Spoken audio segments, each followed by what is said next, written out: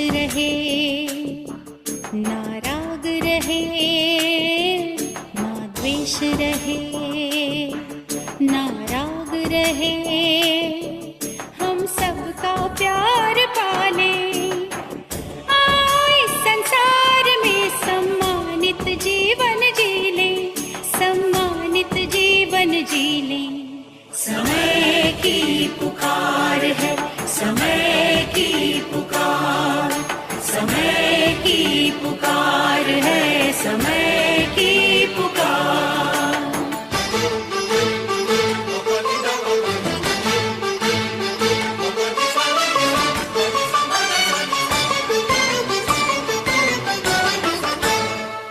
हाँ, सफल है करना वक्त हमें, जीवन में दृढ़ता लाए, प्रेम सरस रस बरसाए, दृष्टि में दिव्यता लाए, दिव्यता लाए। मन में रखें हम क्षमा भाव, जन जन का आदर कर ले। इस संसार में सम्मानित जीवन जी ले, सम्मानित जीवन जी ले। समय की पुकार है, समय की पुकार, समय की पुकार है, समय की पुकार।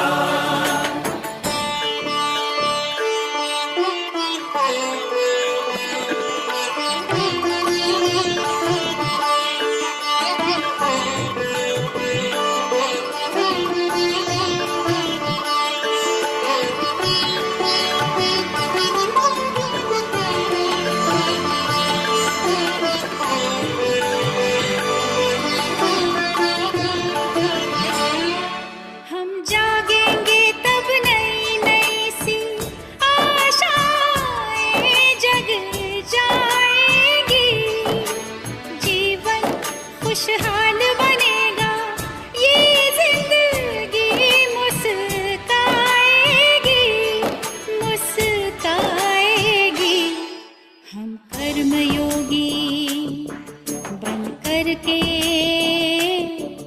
परिवर्तन जीवन कर ले।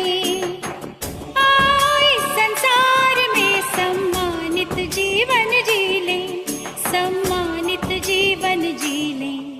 समय की पुकार है, समय की पुकार, समय की पुकार है, समय की पुकार। ना द्वेष रहे, ना राग रहे, ना द्वेष रहे, ना राग रहे, हम सबका प्यार पाले। इस संसार में सम्मानित जीवन जी ले, सम्मानित जीवन जी ले। समय की पुकार है, समय की पुकार, समय की पुकार है, समय की पुकार।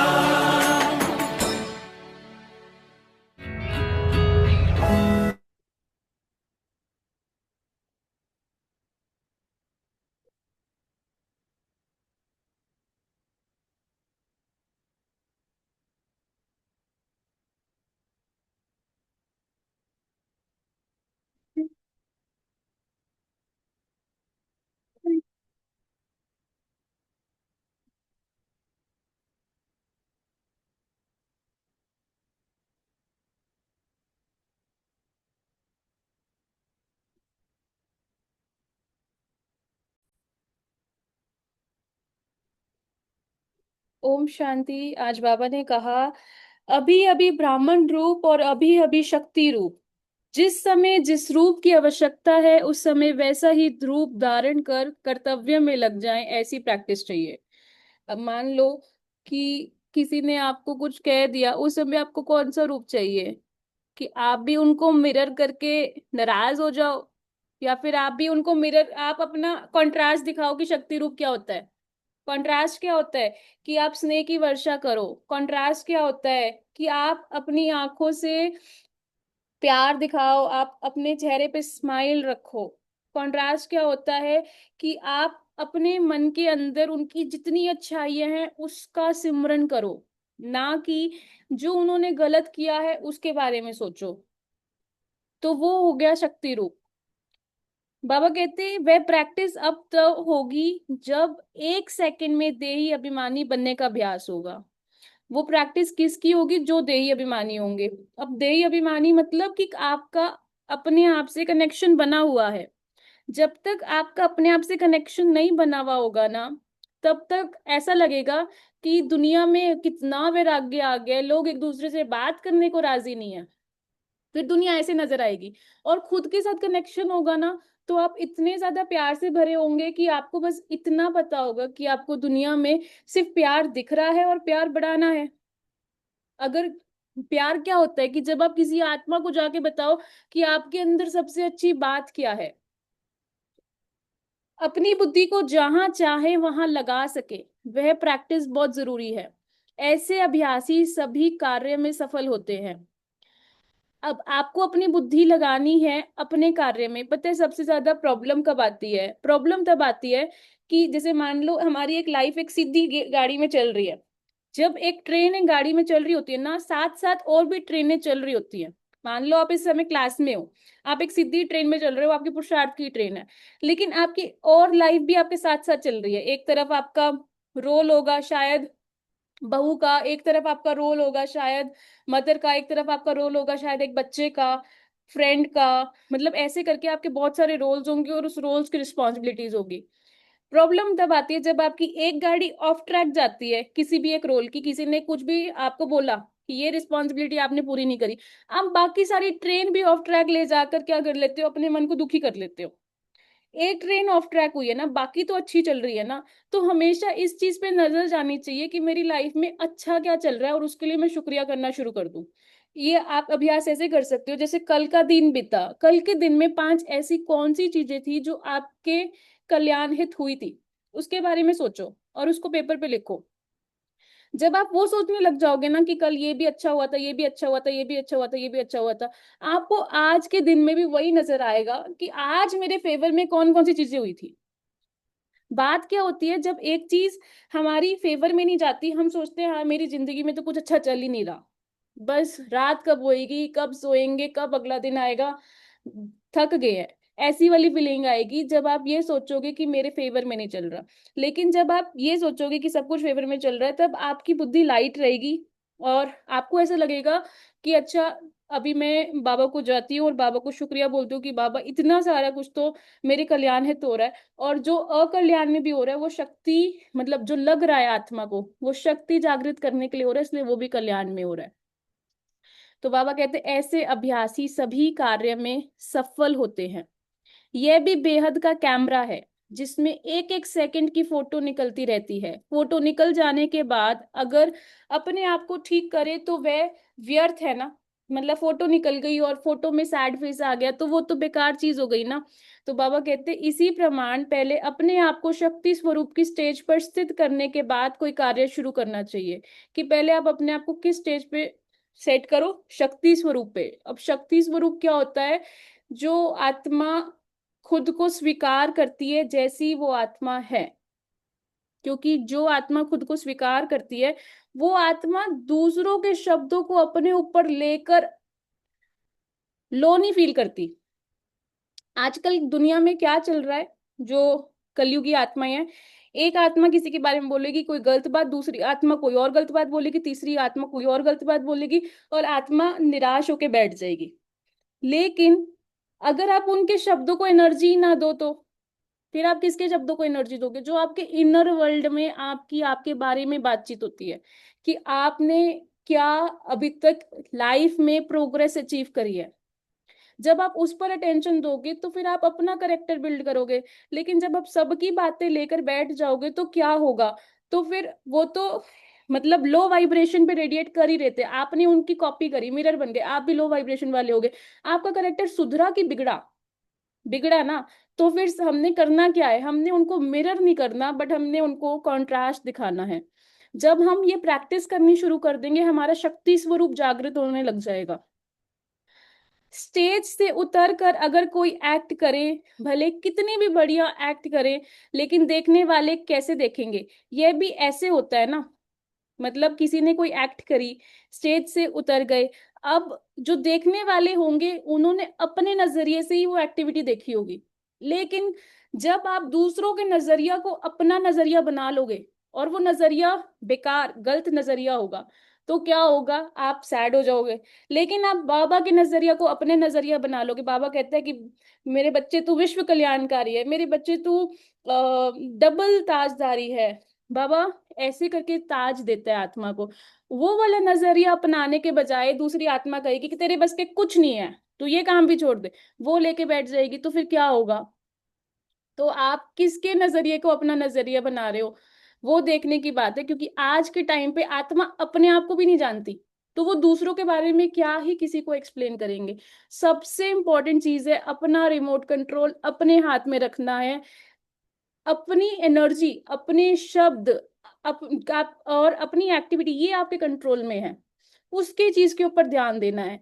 लेकिन जब कोई भी आत्मा किसी भी चीज की तुलना करने लग जाती है कि ये ऐसा ये वैसा, ये ऐसा ये वैसा, वहां पर माया है। जब भी कोई आत्मा किसी भी चीज की कंप्लेन करने लग जाती है कि ये नहीं मिला, ऐसे नहीं किया, वैसे नहीं किया, अरे जो मिला है उसके लिए कितना शुक्रिया किया है। जब भी कोई आत्मा ब्लेम करती है कि आपने ये काम नहीं किया, आप अपने लिए खुद करो, रिस्पॉन्सिबिलिटी लो। तो शक्ति कहाँ पर है? शक्ति है कि जब आप अपने आप के साथ जुड़े हुए हो, वहां से शक्ति शुरू होती है बनना। पहले स्टेज पर स्थित हो, फिर हर एक्ट करे, तब एक्यूरेट और वाह वाह करने योग्य एक्ट हो जाएगी। ऐसे नहीं संकल्प बहुत ऊंचा हो, प्लान्स बनाते रहे, मुख से वर्णन भी करते रहे, लेकिन करते समय ना कर पावे तो मास्टर शक्तिमान हुआ? मतलब ये कितनी ब्यूटीफुल स्टेज है शक्ति की कि दुनिया वाले अगर बाहर रो रहे हैं, पिट रहे हैं, दुखी हो रहे हैं, लेकिन आपकी अंदर की जो स्थिति है वो खुश है। आप मतलब अपने अंदर ऐसे कह, कोई आप मान लो आपने सूट पहना, ठीक है, चार लोगों ने बोल दिया कि आप अच्छे नहीं लग रहे, लेकिन अगर आप अपने आप को अच्छे लग रहे हो तो आपको अच्छा लगेगा। लेकिन जब आप चार लोगों की वो बातें सुनकर उसको अपना बना लोगे कि अच्छा नहीं लग रहा, तो अच्छा नहीं लगेगा। ऐसे ही मान लो आपने कोई पुरुषार्थ किया, आपको लगा कि आपको ताकत आई, अब किसी ने बोला कि आप वो पुरुषार्थ भी क्यों करते हो, तो होता क्या है, ये क्रिटिसिज्म है। तो वहां पर क्या करना है आपको? आपने उस जो गंदगी है उसको छोड़ना है, हाथ साफ करने हैं ऐसे, जैसे मिट्टी से उठ के हाथ झाड़ते हैं ना, ऐसे हाथ झाड़ने हैं। और क्या करना है? अपने अंदर एक शक्ति जनरेट करनी है कि मैं जो भी आत्मा कर रही हूँ किसके लिए कर रही हूँ? अपने बल बढ़ाने के लिए। मेरी नजर किसकी तरफ होनी चाहिए? मेरे ऊपर होनी चाहिए। मेरा नजरिया कैसा होना चाहिए? जो बाबा ने मुरली में लिखा है। जब आप उस चीज पे चलना शुरू कर दोगे, फिर तो बस ऐसी सी बात है कि बाहर दुनिया में सारा जंगल नजर आएगा और आपको अपने अंदर मंगल नजर आएगा। मतलब एक टेम्पल बना हुआ होगा जिसमें आप अपनी खुद की पहले अपने आप को ही नमस्कार कर देना, जहां पर आप अपने आप की रिस्पेक्ट कर रहे हो कि हे देवी तू बहुत महान है, ऐसे करके। जहां पर आप सबसे पहले अपने आप को प्यार देने के लिए तैयार हो, अपने आप को इज्जत देने के लिए तैयार हो। आज दिन तक इज्जत और प्यार का पैरामीटर दुनिया वाले डिसाइड करते हैं, अब खुद डिसाइड करना शुरू कर दो। बाबा ने कहा सर्व को संतुष्ट करने के लिए वह अपने संपर्क को संतुष्ट करने के लिए, वह अपने संपर्क का श्रेष्ठ बनने के लिए मुख्य बात अपने में सहन करने की व समाने की शक्ति होनी चाहिए। असंतुष्टता का कारण यह होता है कि जो कोई भी वाणी व संस्कार व कर्म देखते हो, अपने विवेक से अयथार्थ नहीं लगता है। इसी कारण ऐसा बोल व कर्म हो जाता है जिससे दूसरी आत्मा असंतुष्ट हो जाती है। अब यहाँ पर बाबा क्या कह रहे हैं, मान लो कोई बता रहा हो कि ये कर्म ऐसे नहीं करना चाहिए, ऐसे करना चाहिए। किसी और का नजरिया कुछ और है, आपका नजरिया कुछ और है। जब तक आपके कर्म किसी को प्रूफ करने के लिए होंगे ना, कि मैं प्रूफ करके दिखाऊंगी कि मैं कर सकती हूँ, बस उसी समय समझ जाना कि आप अपने आप से बहुत दूर हो। क्योंकि आत्मा को किसको प्रूफ करना है? अपने आप को। और अपने आप को प्रूफ करना है तो अपने कोर से जुड़ना पड़ेगा ना कि आपको क्या चाहिए। लेकिन अगर कर्म इसलिए हो रहे हैं कि भाई मैं किसी को प्रूव करके दिखाऊंगी कि मैं कर सकती हूँ, वहां पर तो आत्मा अपने आप से कोसों दूर है, क्योंकि कर्म ही किसी और के लिए हो रहे हैं, बाहर किसी को प्रूव करने के लिए हो रहे हैं, और वो किसी और को बाहर कोई मतलब ही नहीं है। हर एक की लाइफ में अपनी अलग अलग चुनौतियां हैं, और हर एक इंसान अपनी चुनौतियों से जीत रहा है, अपनी बुद्धि के अनुसार। कई कई लोग लेट जीतते हैं, कई लोग जल्दी जीतते हैं। बट बात सिर्फ इतनी सी है कि आपको सिर्फ अपने ऊपर ट्रस्ट रखना है। जहां पे प्रूफ करने जाते हैं कि मैं करके दिखाऊंगी, मैं करके दिखाऊंगी, ये मैं ही डुबा के लेके चला जाता है, क्योंकि इस बहाने ऐसे ऐसे माया कर्म करा देती है कि पूछो मत। बिल्कुल गधे की तरह मिट्टी में लपेट के ऐसे बाबा के सामने आते हैं, और फिर बाबा कहते हैं बाबा सजा दो फिर से, दिल टूट गया है, दिल दुख रहा है। कोई का भी कोई संस्कार व शब्द व कर्म देख आप समझते हो ये यथार्थ नहीं है, वह नहीं होना चाहिए। फिर भी अगर उस समय समाने की व सहन करने की शक्तियां धारण करो, तो आपकी सहन शक्ति व समाने की शक्ति ऑटोमेटिकली उसको अपने अयथार्थ चलन का साक्षात्कार कराएगी। लेकिन होता क्या है, वाणी द्वारा व नैन चयन द्वारा उसको महसूस कराने का साक्षात्कार कराने के लिए आप लोग भी अपने संस्कारों के वश हो जाते हो। इस कारण ना स्वयं संतुष्ट ना दूसरा संतुष्ट होता है। उसी समय अगर समाने की शक्ति हो, उसके आधार से वह सहन करने की शक्ति के आधार से उनके कर्म व संस्कार को थोड़े समय के लिए अवॉइड कर लो।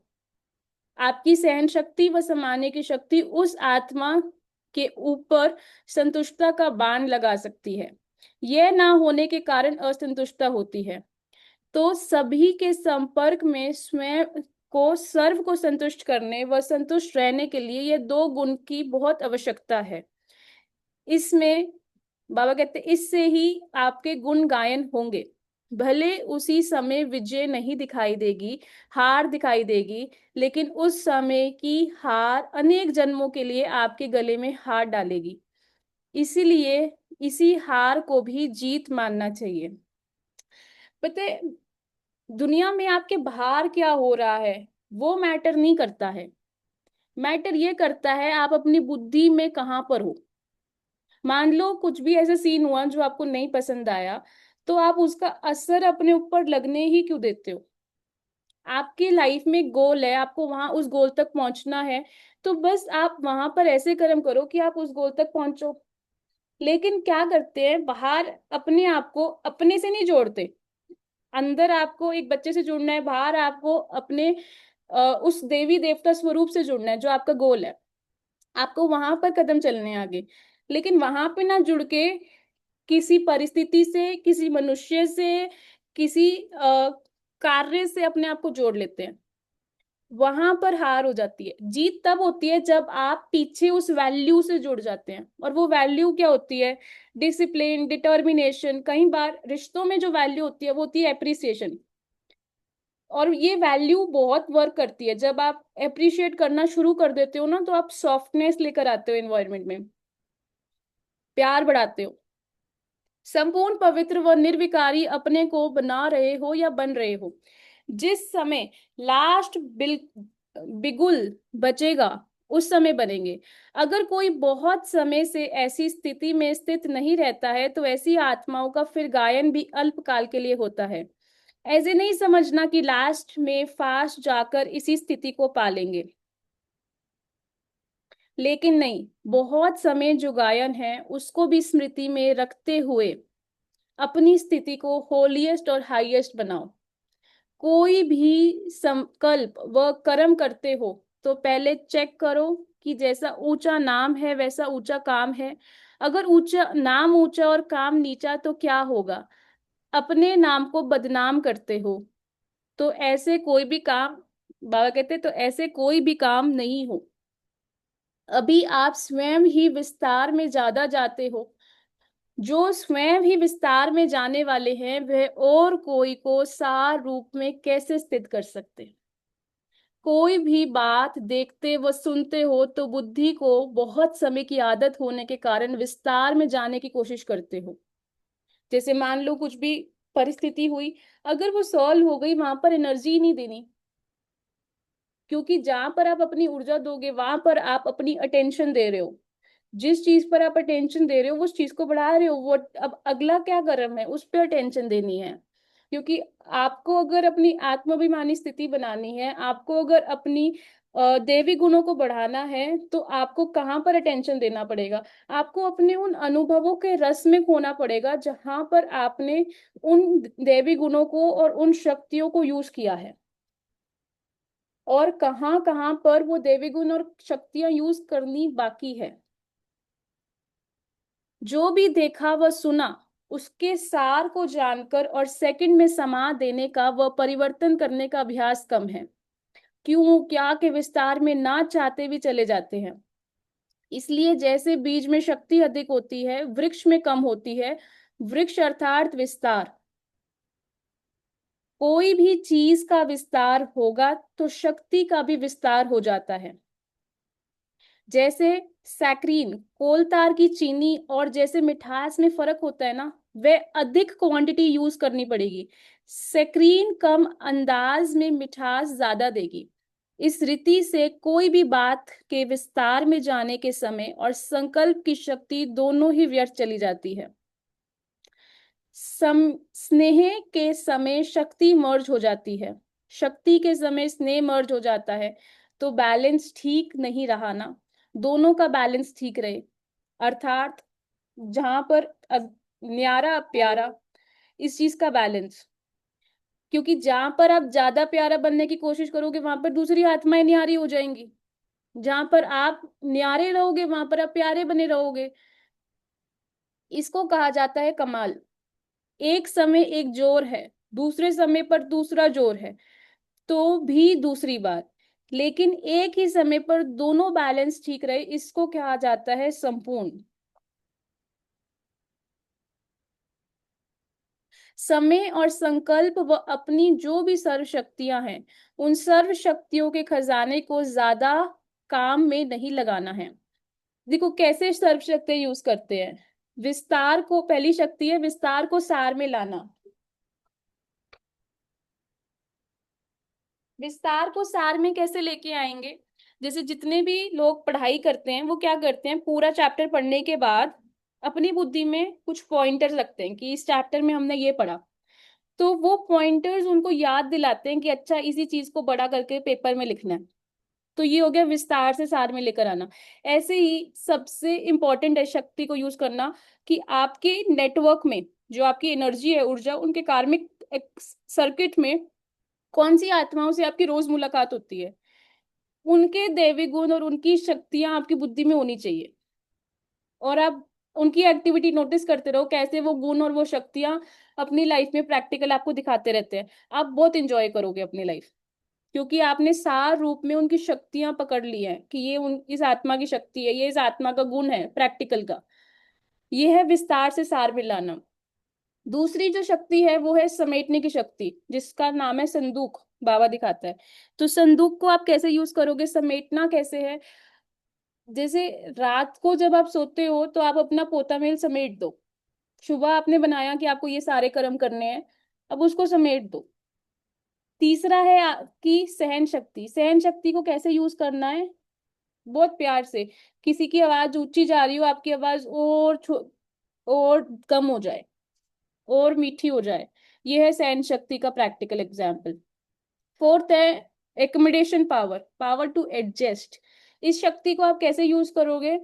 जैसे कई बार जब हम रोल देखते हैं कि ये पेरेंट है, जब हम रोल देखते हैं ये चाइल्ड है, जब हम रोल देखते हैं टीचर है, जब हम रोल देखते हैं कि ये कुछ भी जैसे सास, कोई भी फलाना रोल, तो रोल के साथ रिस्पॉन्सिबिलिटी आती है। वो रिस्पॉन्सिबिलिटी जब पूरी नहीं होती तो आत्मा की एक्सपेक्टेशन पूरी नहीं हुई तो आत्मा संतुष्ट नहीं होती।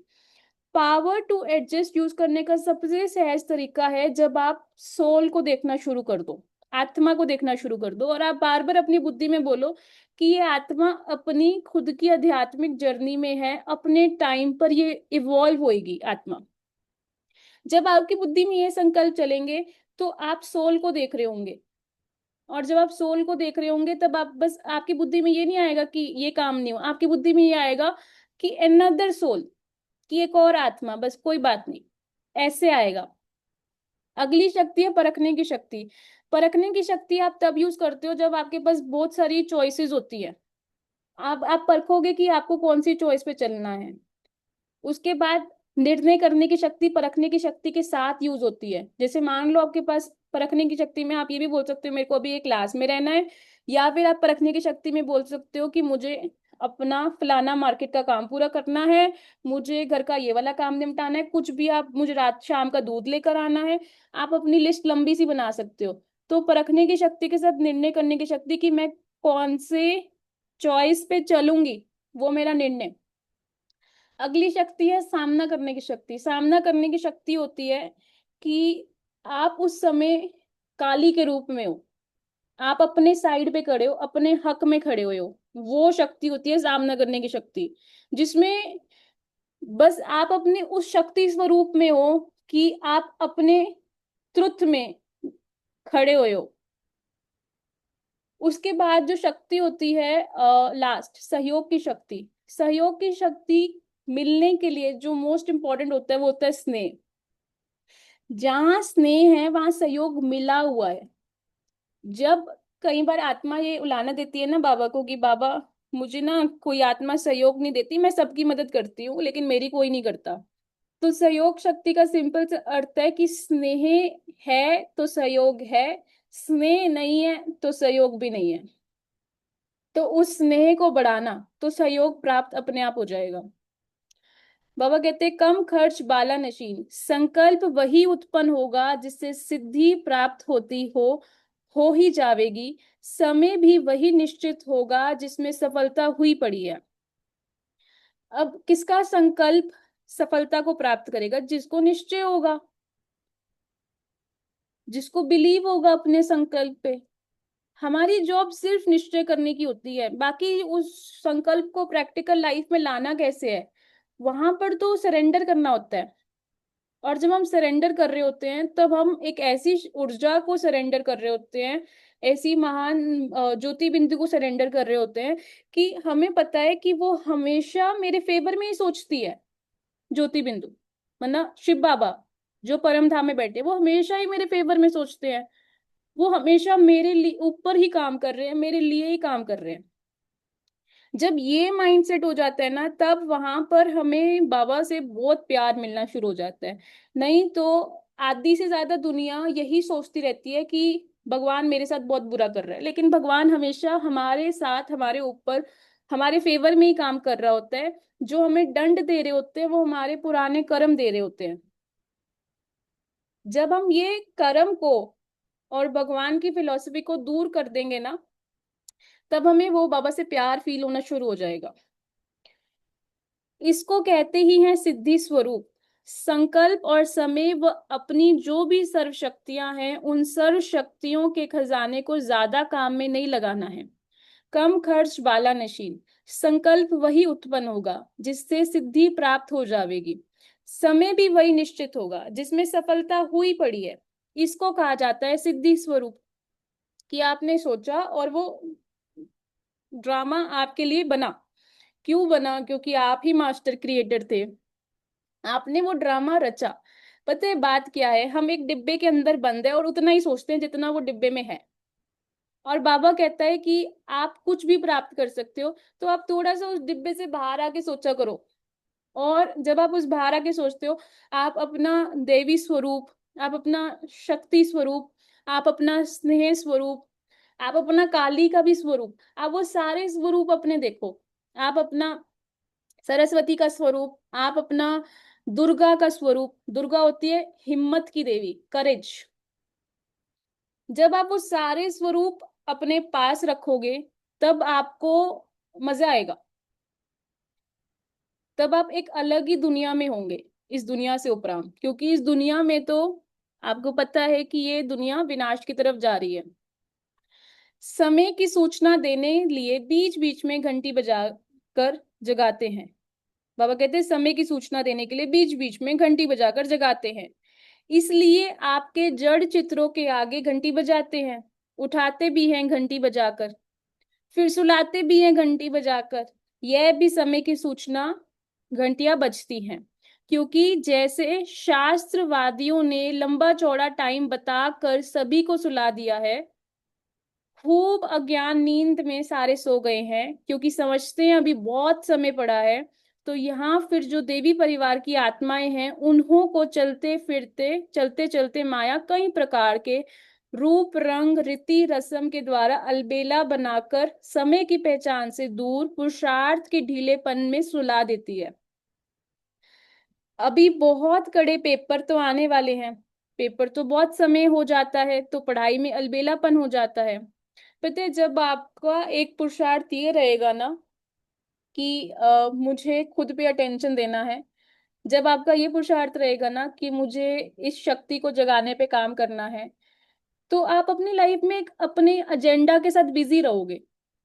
लेकिन अगर आप अपने आप को एजेंडा खुद नहीं दोगे ना कि मुझे क्या पुरुषार्थ करना है, तो आप रंग बिरंगे पुरुषार्थ में बिजी रहोगे और फिर रात को असंतुष्ट रहोगे कि मैंने कुछ किया नहीं आज। तो इसलिए आप अपने आप को खुद ही होमवर्क दे दो कि मैं क्या पुरुषार्थ करूंगी।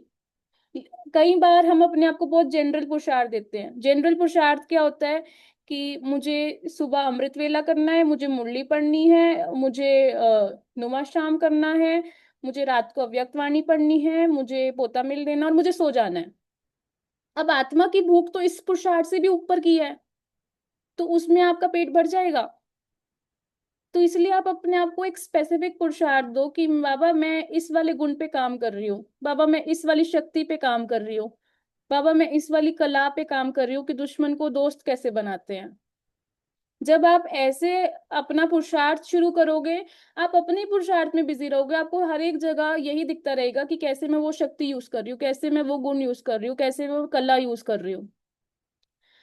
नहीं तो अलग अलग तरह के पुरुषार्थ दुनिया वाले देंगे, और वो जो देंगे वो फिर वहां पर आत्मा चिड़चिड़ी हो जाएगी, वहां पे आत्मा को गुस्सा भी आएगा, और वहां पर आत्मा ऐसी हो जाएगी कि भाई मेरे को तुमने वेला समझ रखा है कि तुम कुछ भी काम आके दे दोगे और मैं वो सारा काम कर दूंगी, मतलब मेरा कोई काम है ही नहीं। और जब ऐसे होएगा कि हाय मेरा तो कोई काम नहीं है, तो फिर क्या होएगा आत्मा को, अपने अंदर आत्मा को ऐसे लगेगा कि मेरी इंपॉर्टेंस है ही नहीं, तुम ये वाला काम भी मुझे दे दो, तुम वो वाला काम भी मुझे दे दो। पता है ये क्यों होता है आपके साथ? ये इसलिए होता है क्योंकि आपने अपने आप को काम दे नहीं रखा, आपने अपने आप को खुद बिजी नहीं कर रखा, आपने अपने आप को ये बता नहीं रखा कि जो आप काम कर रहे हो वो इम्पोर्टेंट क्यों है, आपका क्या है कारण, आप वो काम क्यों करना चाहते हो, क्या रिजल्ट मिलेगी उस काम को कंप्लीट करने के बाद। जब आपको वो क्लियर होगा ना कि अच्छा मैं अगर सहन शक्ति पे काम करूंगी तो मेरे अंदर एक पेशेंस की पावर आएगी और मेरा योग में बैठने का समय बढ़ जाएगा, एग्जाम्पल दे रही हूँ, तो आपको मजा आएगा उस शक्ति पे काम करने के लिए। बाबा कहते हैं अभी बहुत कड़े पेपर तो आने वाले हैं, पेपर तो को बहुत समय हो जाता है, तो पढ़ाई में अलबेलापन हो जाता है। फिर जब इम्तिहान के बाद नजदीक होते हैं तो फिर अटेंशन देते हैं। तो यह अभी तो कुछ नहीं रख देखा, पहले के पेपर कुछ अलग हैं, लेकिन अभी तो ऐसे पेपर्स आने वाले हैं जो स्वप्न में संकल्प में भी नहीं होगा।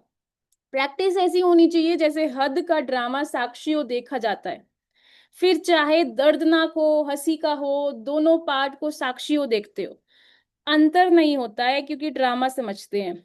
तो देखो ये स्टेज आएगी जिसमें आपको दर्द का भी एहसास होगा, आपको खुशी का भी एहसास होगा, लेकिन आपको अवेयरनेस होगी कि ये दोनों पार्ट चल रहे हैं। और जब आपको अवेयरनेस होगी तो वो ज्यादा फील नहीं होंगे, क्योंकि आप अपने एक मास्टर क्रिएटर बनकर आप कुछ नया सोच सकते हो, एक नई दुनिया में लग सकते हो। कितनी बार बाबा ने बोला कि जो पेपर है ये तो नीचे है ना धरती पे, मेरे पास ऊपर आ जाओ, सेकंड थर्ड फ्लोर पे, फर्स्ट फ्लोर पे क्यों रहते हो, क्यों नहीं मेरे को याद करते, सेकंड फ्लोर अच्छा नहीं लगता, थर्ड फ्लोर बोर हो जाते हो, मेरे पास आके नवीनता लेकर आओ, सेकंड फ्लोर पर आकर कुछ पुरुषार्थ करो। वहां पे तो बादल ही बादल है, प्यार ही प्यार है, खुशबू ही खुशबू है, शक्तियां हैं, गुण है, एडवांस पार्टी की आत्माएं हैं, उनके साथ बैठ के बात करो। तो ऐसी एक रस अवस्था होनी चाहिए, चाहे रमणीक पाठ हो, चाहे कोई स्नेही आत्मा का गंभीर पाठ भी हो, तो साक्षी होकर देखो। साक्षी दृष्टा की अवस्था होनी चाहिए, घबराई हुई या युद्ध करती हुई अवस्था ना हो। कोई घबराते भी नहीं है, युद्ध में लग जाते हैं, जरूर कुछ कल्याण होगा, लेकिन साक्षी दृष्टा की स्टेज बिल्कुल अलग हो, इसको ही एक रस अवस्था कहा जाता है। लास्ट पेपर का समय क्या मिलेगा? 1 सेकेंड। लास्ट पेपर का टाइम भी फिक्स है और पेपर भी फिक्स है। पेपर सुनाया था ना, नष्ट मोहा स्मृति स्वरूप। 1 सेकेंड में ऑर्डर हुआ नष्ट मोहा बन जाओ। तो 1 सेकेंड में अगर नष्ट मोहा स्मृति स्वरूप नहीं बने, अपने को स्वरूप बनाने अर्थात युद्ध करने में ही समय गवा दिया और बुद्धि को ठिकाने लगाने में समय लगा दिया, तो क्या हो जाएगा? फेल। बाबा कहते फेल। तो समय भी 1 सेकेंड का मिलना है।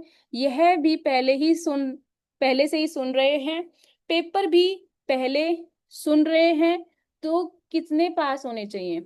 फास्ट पुरुषार्थ की विधि, प्रतिज्ञा से अपने को प्रख्यात करो।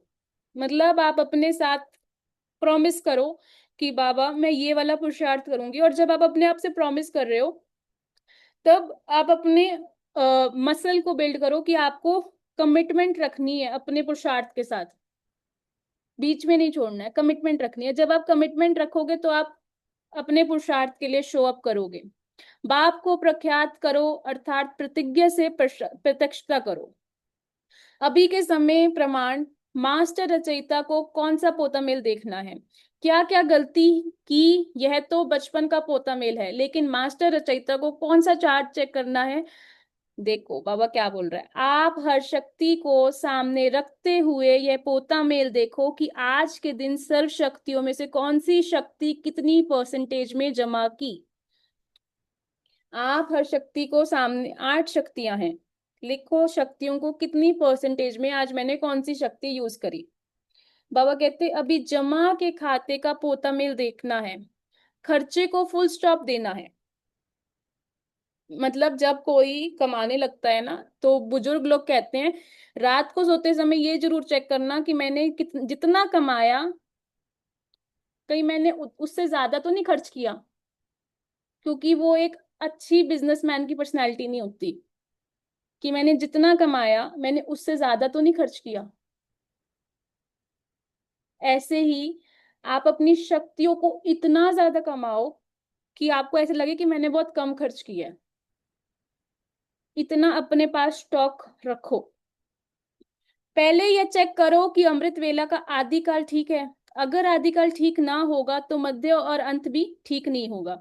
अगर आपने शुरुआत ही अच्छी नहीं करी तो फिर क्या होगा? मध्य और अंत भी ठीक नहीं होगा। मतलब आपने कोई पुरुषार्थ अगर शुरू करना है, तो सबसे पहले क्या है कि आपको उसकी कैलकुलेशन करनी है कि आप वो पुरुषार्थ कितने टाइम में और कैसे कंप्लीट कर लोगे। आपको वो पुरुषार्थ किन लोगों के साथ कंप्लीट करना है, आपको उस पुरुषार्थ के लिए कौन सी जगह अपने टाइम में लेकर आनी है दिन में, और कौन से लोगों के साथ नहीं रहना है, इस पुरुषार्थ के लिए कौन से लोगों के साथ रहना है। आप जब ये पुरुषार्थ कर रहे हो तो आपको कौन कौन सी डिस्ट्रैक्शंस आ सकती हैं, जिसके साथ आपको अपने आप को चेक करना है कि इनसे मुझे बच के रहना है। जब ये सारी प्लानिंग आपके माइंड में होएगी, तब जाकर मध्य और अंत के नजारे शुरू होंगे। नहीं तो होता क्या है, जो पुरुषार्थ शुरू होता है, बहुत कम आत्माएं जो उसके अंत तक पहुंचती हैं। कई बार तो वो फिनिश हुआ है जो मैंने कार्य शुरू किया उसकी फीलिंग भी नहीं आती, क्योंकि जब हमें वो कार्य करना होता है हमारा फोकस ही किसी और काम में लगा रहता है, या फिर एक साथ ही 5 काम चल रहे होते हैं, एक साथ ही, और वो एक साथ ही 5 काम चल रहे हैं, फिर ऐसा लग रहा है कि हाँ कोई भी फिनिश नहीं हुआ। क्यों नहीं कोई भी फिनिश हुआ? क्योंकि आपने अपने लिए रिजल्ट ही नहीं रखी थी कि ये वाला काम कंप्लीट हो जाएगा तो मैं अपने आप को ये गिफ्ट दूंगी। और वो गिफ्ट क्या हो सकती है? आप अपने पोता मेल में जब वो टिक मार्क करोगे अपने चार्ट में, वो इससे अच्छी गिफ्ट और क्या हो सकती है?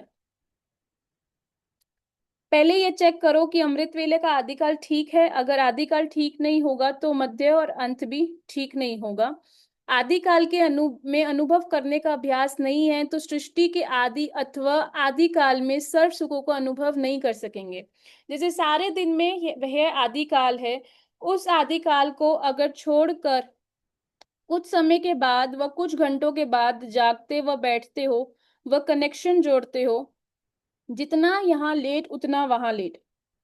अब इतनी एक ब्यूटीफुल बात है, बाबा ने बोला ये पूरा संगम युग ही अमृत वेला है।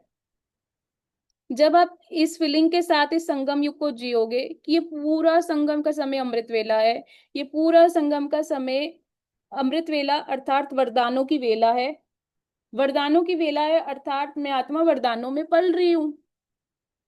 जब आप उस फीलिंग में रहोगे तो आपको जो वरदान प्राप्त हुए हैं बाबा द्वारा, उससे आपका बाबा के साथ प्यार बढ़ेगा।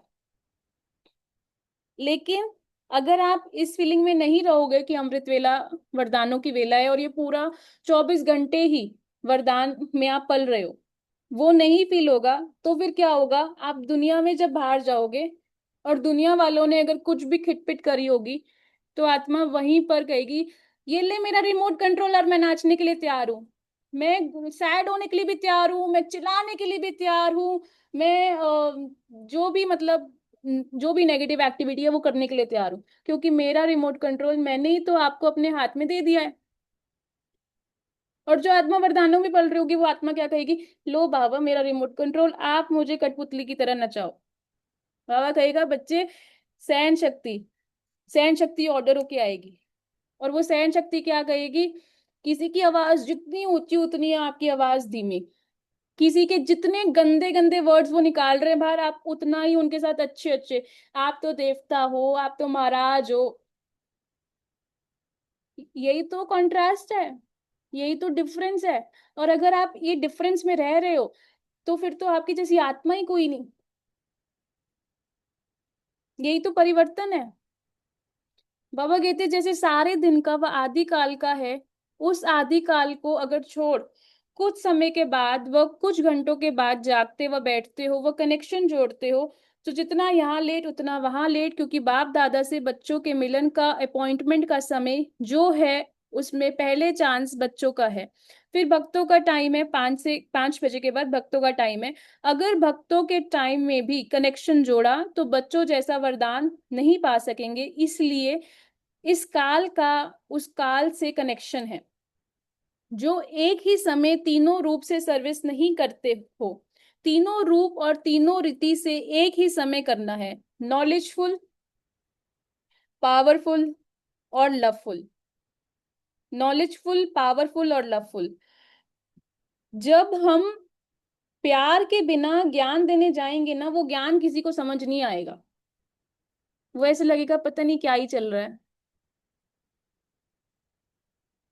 और जब हम शक्ति के बिना मतलब अपनी पावर के बिना वो ज्ञान सुनाने जाएंगे तो भी वो ऐसा लगेगा कि बस शब्द है। तो ये तीनों का कंट्रास्ट साथ में हो, प्यार भी, नॉलेज भी और पावर भी। बाबा कहते इसमें लव और लॉ ये साथ साथ आ जाते हैं। मतलब जब लॉ आ गया तो इसका सिंपल सा मीनिंग है कि मर्यादा में रहकर। बाबा कहते इन तीनों रूप से जो सर्विस करनी ही है, लेकिन इन तीनों रीति से करनी है, अर्थात मनसा वाचा और कर्मणा, इन तीनों ही रीति से और एक ही समय इन तीनों रूप से करनी है। जब वाणी द्वारा सर्विस करते हो तो मनसा भी पावरफुल हो, पावरफुल स्टेज से उनकी मनसा को भी चेंज कर देंगे और वाणी द्वारा उनको नॉलेजफुल बना देंगे। फिर कर्मणा द्वारा अर्थात जो भी उनके संपर्क में आते हैं उससे उनके संपर्क ऐसा लवफुल हो कि जो ऑटोमेटिकली वह स्वयं महसूस करे कि यह कोई अपने ईश्वरीय परिवार गॉडली फैमिली से पहुंच गया है। जब पुराना टाइम था ना साकार का, दादियां गले मिलती थी, पारियां करती थी और पता नहीं मतलब इतना टेस्टी टेस्टी भोजन खिलाती थी। आज के टाइम पे ब्राह्मणों की फैमिली में कोई बाहर के रिश्तेदार आ जाए, वो गले भी नहीं मिल पाएंगे, पता नहीं कितने ही प्योर हो, कितने ही महान संत हो, दूर से ही नमस्ते करेंगे, जैसे पता नहीं किसी की बेडशीट पे भी नहीं बैठना, कुछ भी नहीं करना। अरे जब आपको प्यार देना है तो अच्छे से दो, दुनिया में तो वैसे ही प्यार की कमी है। बाबा कहते हैं और अपनी चलन ही ऐसी हो कि जिससे वह स्वयं महसूस करे कि वास्तव में ही यही मेरा असली परिवार है। बच्चे तुम युद्ध स्थल पर उपस्थित रूहानी योद्धा हो, फिर कहीं योद्धापन भूल अपनी सहज सुखाली जीवन बिताते हुए अपने जीवन के प्रति साधन और संपत्ति लगाते हुए समय व्यतीत तो नहीं कर रहे हो। जैसे वॉरियर को धुन लग जाती है विजय प्राप्त करने की, क्या ऐसी माया जीत बनने की लगन अग्नि की तरह प्रज्वलित है? बच्चे, अब आपके सामने सेवा का फल साधनों के रूप में और महिमा के रूप में प्राप्त होने का समय है। इसी समय अगर यह फल स्वीकार कर लिया तो फिर कर्मातीत स्टेज का फल, संपूर्ण तपस्वी वन का फल और अतीन्द्रिय सुख की प्राप्ति का फल प्राप्त नहीं हो सकेगा। कोई भी आधार पर जीवन का आधार नहीं होना चाहिए, अथवा पुरुषार्थ भी कोई आधार पर नहीं होना चाहिए। कितना इंपॉर्टेंट पॉइंट है। जब भी आप किसी आधार पर अपना पुरुषार्थ टिकाते हो तो फिर वहां पर क्या होता है, बिना उस आधार के आप वो पुरुषार्थ ही नहीं कर पाओगे। इसलिए तो एक एक स्टेज आनी चाहिए, मतलब बचपन की स्टेज के बाद, जिसके भी 5 साल हो गए ज्ञान मार्ग में, कि आपका पुरुषार्थ खुद से शुरू होना चाहिए। कि मुरली पढ़ना हो जाना चाहिए खुद से, योग करना खुद से होना चाहिए, बाबा से कनेक्शन जोड़ना, बाबा से बात करना खुद से होना चाहिए। कि पुरुषार्थ का जो आधार है वो मेनली ज्ञान और योग, ये खुद से आना चाहिए करना। कि ये धुन में लगना आना चाहिए, कि आपको मजा आए जब आप स्टडी कर रहे हो, आपको मजा आए जब आप योग कर रहे हो। और वो मजा तब आएगा जब आप नवीनता को यूज करोगे। नवीनता अर्थात एक टाइम था जब हम ज्ञान मतलब अव्यक्त वाणियों में से सिर्फ दैवी गुण ढूंढते थे और वो लिखते थे। एक टाइम था जब हम सिर्फ शक्तियां लिखते थे निकाल के। एक टाइम था जब हम मुरली में ये लिखते निकाल के लिखते थे कि बाबा ने कितनी बार आत्मा बोला है, और उस चक्कर में पता नहीं मुरली कितनी बार ही पढ़ लेते थे। एक टाइम था जब हम मुरली को खोलते थे और मुरली में ये देखते थे कि जो आज का वरदान है, रात तक मैंने वो कितनी बार यूज किया है, क्योंकि वो तो वरदान है। तो ऐसा लगता था कि ये तो आज के लिए ना ब्लेसिंग मिली हुई है और ये मेरे लिए यूज होने वाली है। मतलब कहीं ना कहीं कोई भी पेपर आएगा और ये बस मुझे वरदान सोचना है और पेपर खत्म। तो पुरुषार्थ में नवीनता लेकर आनी है। नहीं तो पता है कैसे संकल्प आते हैं, ऐसे संकल्प आते हैं, 4 पन्ने की मुरली अकेले पढ़ना कितना बोरिंग है। वो लव लव नहीं समझ आता कि वो लव लेटर है भगवान का। तो इसलिए वो नवीनता लेकर आनी है। योग में भी, योग का सिंपल सा मीनिंग है रियलाइजेशन और परिवर्तन, यही मीनिंग है योग का। जब आप बाबा से जुड़ते हो तो बाबा आपको वो शक्तियां की किरणें, वो गुण की किरणें देता है। अब योग में कैसे आप नवीनता लेकर आओगे? आप ऐसा सोचो, आप सूक्ष्म वतन में हो, आपकी सारी फैमिली आपके सामने है और आप उन सब की आत्मा को देखो गोले की तरह। अब आप उनके अंदर रंग भरने लग जाओ, गुणों के रंग याद कर लो। कि मान लो निरंगी रंग, ऑरेंज कलर प्योरिटी का है, अब आप सबको भर दो सबके अंदर। अब कितना मजा आएगा। शक्तियों का आप बना सकते हो एक, मतलब जो एक सर्कल बनता है शक्तियों का, 8 शक्तियों का, आप अपनी आत्मा के अराउंड वो बनाकर आप ऐसा सोच सकते हो कि शिव बाबा, ब्रह्मा बाबा और आपका एक ट्रायंगल है, और उससे एक ऊर्जा निकल रही है और वो ऊर्जा वहां पे जा रही है धरती के ऊपर। वो आपकी विश्व कल्याणकारी स्टेज हो सकती है कि इस दुनिया में अगर कोई आत्मा हैरान है, परेशान है, कोई बीमारी है, तो वो ठीक हो जाए। तो वो इकट्ठे जाके निकलेगी। लेकिन ये पुरुषार्थ बताए चलते फिरते होंगे। आप शाम को वॉक करते जाओ लेकिन बुद्धि में रंग भरते रहो। धीरे धीरे करके आत्मा के साथ साथ जो आपकी स्पिरिचुअल बॉडी है, प्रकाश का शरीर है, उसमें रंग भर दो। कि पूरी शरीर गोल्डन लाइट से भर गया है, पूरा शरीर ऑरेंज लाइट से भर गया है। बाबा कहते हैं इस योग बल की शक्ति के प्रयोग की कमी हो जाती है। जितना ही योग बल की शक्ति का प्रयोग नहीं करते उतना ही शक्ति बढ़ती नहीं है। योग बल अभ्यास से बढ़ता जरूर है। जैसे कोई भी बात सामने आती है तो स्थूल साधन फौरन ध्यान में आता है, लेकिन स्थूल साधन होते हुए भी ट्रायल यानी योग बल की ही करनी है। जो महारथी है अर्थात पासवेद ऑर्डर होने वाले हैं, उनकी नींद का टाइम भी योग युक्त स्थिति में गिना जाता है। उनकी स्टेज ऐसी होगी जैसे कि पाठ समाप्त कर वे स्वयं परम धाम में है। और उनको योग की भी महसूसता होगी। जैसे गायन है ना कि ब्रह्मा से ब्राह्मण बने, यहाँ तो ब्राह्मण से देवता बनते हैं, लेकिन यह ब्रह्म से ब्राह्मण अर्थात रात को सोते समय बस यही संकल्प होगा कि अब मैं पाठ पूरा कर कर्मेंद्रियों से अलग होकर जाता हूं अपने पार ब्रह्म में। और जब अमृत वेले उठेंगे तो ऐसा महसूस करेंगे कि मैंने ये आधार लिया था पाठ बजाने के लिए, तो गोया ब्रह्म से ब्राह्मण बनकर आए हैं। पता है जब रात को आप सोते हो, आपके दिमाग में क्या कहानी है, वो माइंड वहां, क्योंकि जो आपका सबकॉन्शियस माइंड खुलता है जब आप सोते हो, सबकॉन्शियस माइंड कहानियों में आपसे बात करता है। अगर आपके अंदर कहानी स्वदर्शन चक्र की घूम रही है, तो वो आपका टाइम योग में गिना जाएगा। लेकिन अगर आपके अंदर जो कहानी चल रही है, वो यही चल रही है कि आज सारा दिन मुझे कितनों ने दुख दिया, मैं तो इनसे बात नहीं करूंगी, मैं तो इनसे बात करूंगी, मैं तो ये करूंगी, मैं तो वो करूँ, अगर ये कहानियां चल रही हैं तो फिर वो वाला एक थकान होती है आत्मा को। और थकान होती है तो आत्मा लाइट नहीं फील कर पाती। और यहाँ बाबा कह रहा है कि बच्चे आप ही हो जो विश्व परिवर्तन करोगे, बच्चे आप ही हो जो विश्व परिवर्तन करोगे। और बच्चे कह रहे बाबा आप ही हो, मुझे शक्ति तो दे दो। वो शक्ति तो आपके अंदर ही पड़ी है। पता है ब्रह्मा, ऐसे कहा लिखा हुआ है, ब्रह्मा जी से किसी ने पूछा, अभी तो हमें पता है ब्रह्मा बाबा कौन है, कि जो ये रहस्य है ज्ञान का, वो कहाँ छुपाए, इतना गहरा रहस्य है, बिकॉज ब्रह्मा क्रिएटर है। हम्म। तो ब्रह्मा जी ने बोला कि जो रहस्य है ज्ञान का, ये जितनी भी शक्तियां जितने भी गुण है, ये इनके अंदर ही छुपा दो।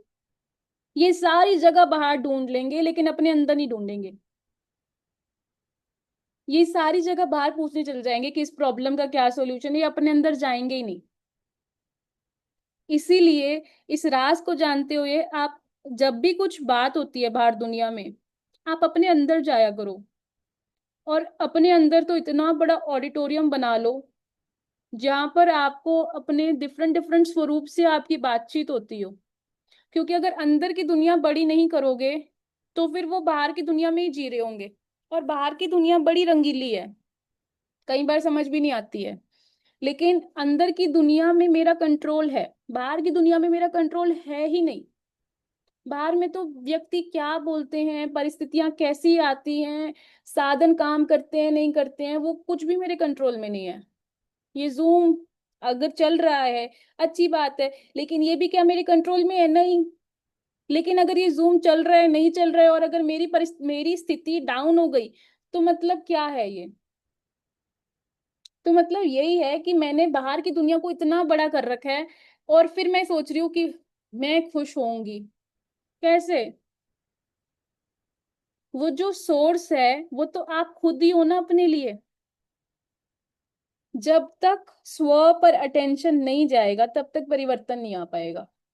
तब तक यही सोचोगे कि ये फलानी आत्मा अच्छे से कार्य करे तो मैं ठीक होंगी। और कई बार तो सेम ही टॉपिक पे रोज ही बात होती है, किसी ना किसी को सेम ही टॉपिक पे समझा रहे होते हैं। जब आपको पता चल गया ये वाला टॉपिक पे बात नहीं बनती आपकी और उनकी, तो क्यों ही छेड़ना? इतनी तो फिर बुद्धि होनी चाहिए। लेकिन नहीं, रोज सेम टॉपिक। इससे अच्छा तो जिस तरह से आप उनको बता रहे हो वो तरीका चेंज कर दो, अगर उनके माइंड में वो वाली बात नहीं पहुंच रही है। रोज सेम तरीका, रोज सेम टॉपिक, रोज सेम चूहे बिल्ली की लड़ाई। और उसके बाद बाबा से बोल रहे हो बाबा मेरा योग शायद ना मुझे बढ़ाना चाहिए।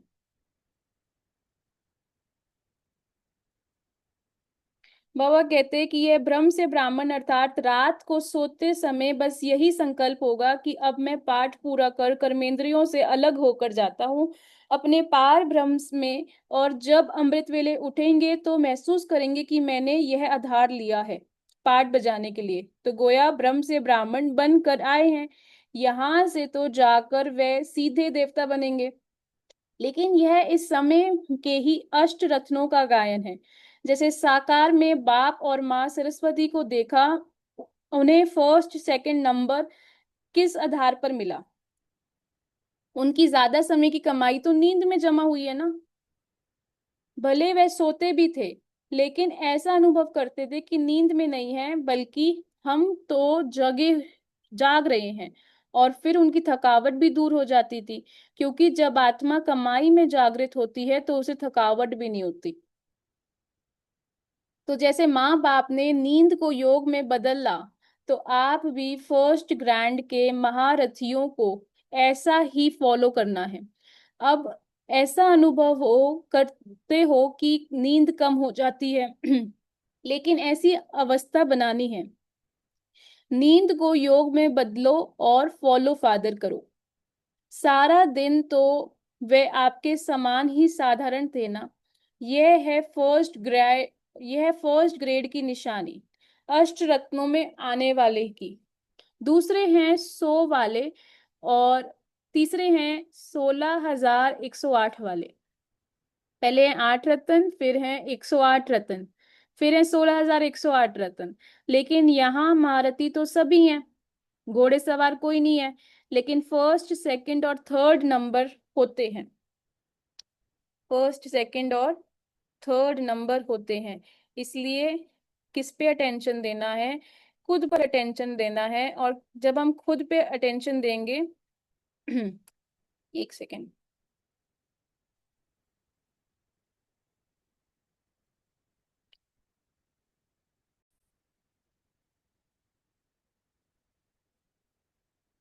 तो हम खुश रह पाएंगे, तो हम पुरुषार्थ भी ज्यादा कर पाएंगे।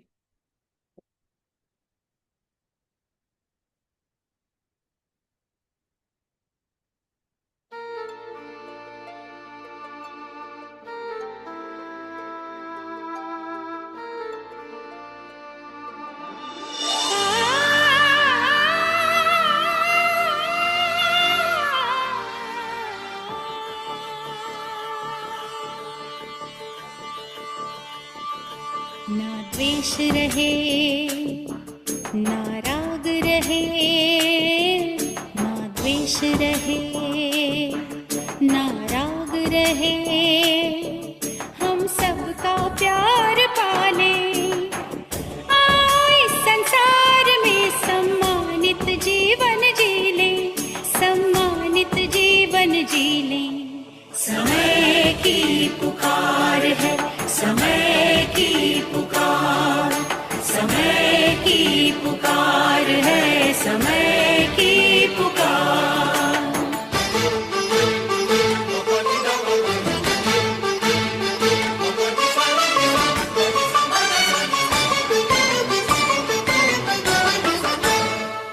हाँ, सफल है करना वक्त हमें, जीवन में दृढ़ता लाए, प्रेम सरस रस बरसाए, दृष्टि में दिव्यता लाए, दिव्यता लाए।